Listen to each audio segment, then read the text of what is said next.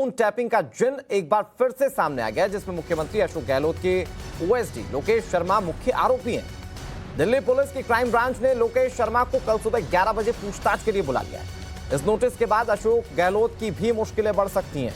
चिंतन शिविर के बीच सीएम गहलोत एक बार फिर से सवालों में घिर सकते हैं। फोन टैपिंग का मामला साल 2020 का है। उस समय सामने ये जब आया था, तब सचिन पायलट के समर्थन वाले 18 विधायकों ने बगावत कर दी।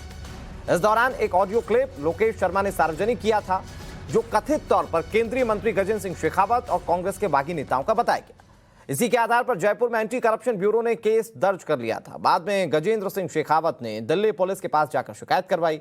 दिल्ली पुलिस की क्राइम ब्रांच 3 बार पहले भी लोकेश शर्मा को नोटिस भेज चुकी है, लेकिन वो पेश नहीं हुए। अब हाईकोर्ट ने लोकेश शर्मा को जांच में सहयोग करने को कहा है। हालांकि उनके खिलाफ कोई एक्शन लेने पर अभी रोक लगी हुई है।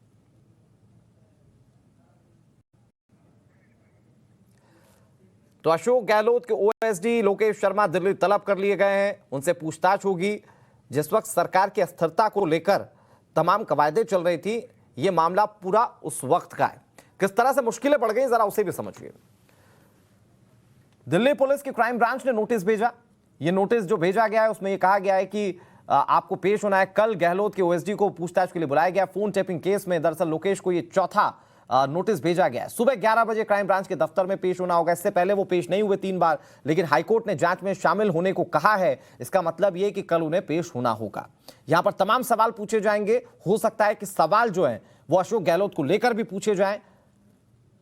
कहा जा रहा है कि फोन टैपिंग का ऑडियो साजिश के तहत लीक किया गया। आपराधिक साजिश, विश्वासघात और टैपिंग करवाई गई है। रंजीता हमारी सहयोगी ज्यादा जानकारी के साथ जुड़ गई। रंजीता, जो अशोक गहलोत के ओएसडी, उनकी मुश्किलें बढ़ती हुई नजर आ रही हैं अगर कल उन्हें पेश होना है तो?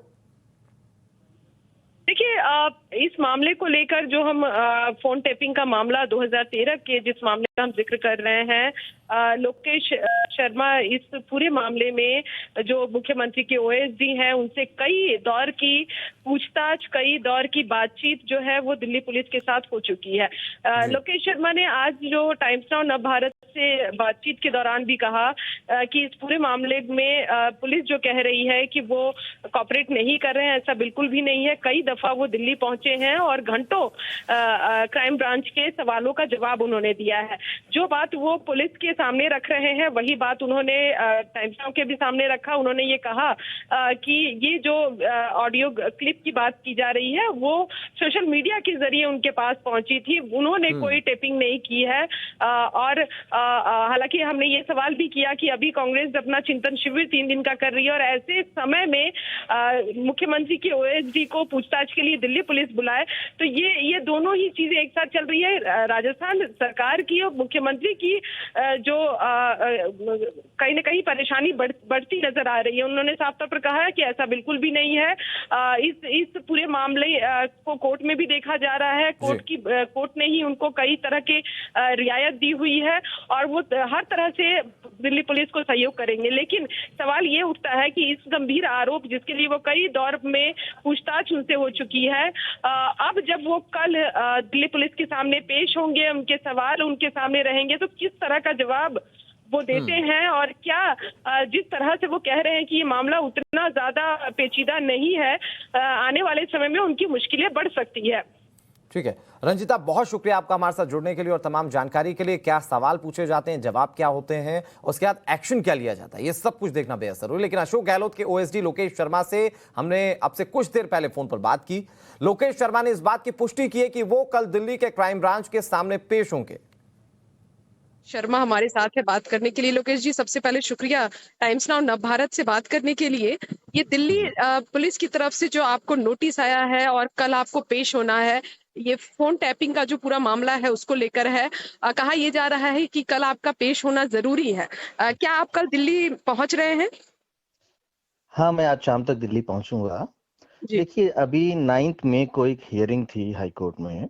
आपको सबको पता होगा कि ये पिछले वर्ष 2021 में मार्च में ये केस दायर किया गया था गजेंद्र सिंह जी की तरफ से।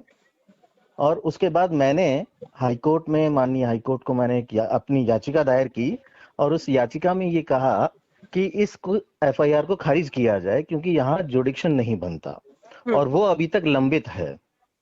उस पे कोई किसी तरीके का फैसला अभी न्यायालय की तरफ से नहीं आया है।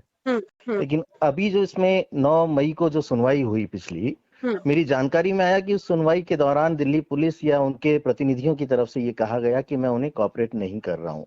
तो मैं ये बताना चाहता हूँ यहाँ कि जब भी मुझे नोटिस दिए गए या तो मैंने उनका जवाब दिया, और जहां पे मेरी उपस्थिति की आवश्यकता थी मैं वहां उपस्थित भी हुआ। 6 दिसंबर को मैं वहां उपस्थित हुआ और लगभग 3.5 घंटे की पूछताछ मुझसे की गई। तो नॉन कॉर्पोरेशन का तो कहीं सवाल ही नहीं उठता। और 3.5 घंटे बाद भी जब उन्होंने कहा कि अब आप जा सकते हैं, तब मैं वहां से आया। तो ये बताना कि मैं कॉपरेट नहीं कर रहा हूँ, मुझे लगता है ये बात ठीक नहीं है। मैं पूरे तरीके से कॉपरेट कर रहा हूँ और मुझसे जब भी बुलाया जाएगा पूछताछ के लिए, मैं हमेशा तैयार रहूंगा।